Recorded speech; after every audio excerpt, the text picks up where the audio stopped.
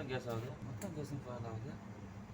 Pilot இல்லாமல் pilot இப்போ on ஆகல, மொத்த கேஸும் போகுது.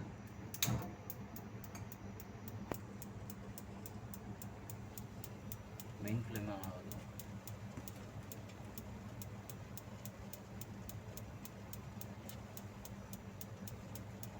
ஓகே.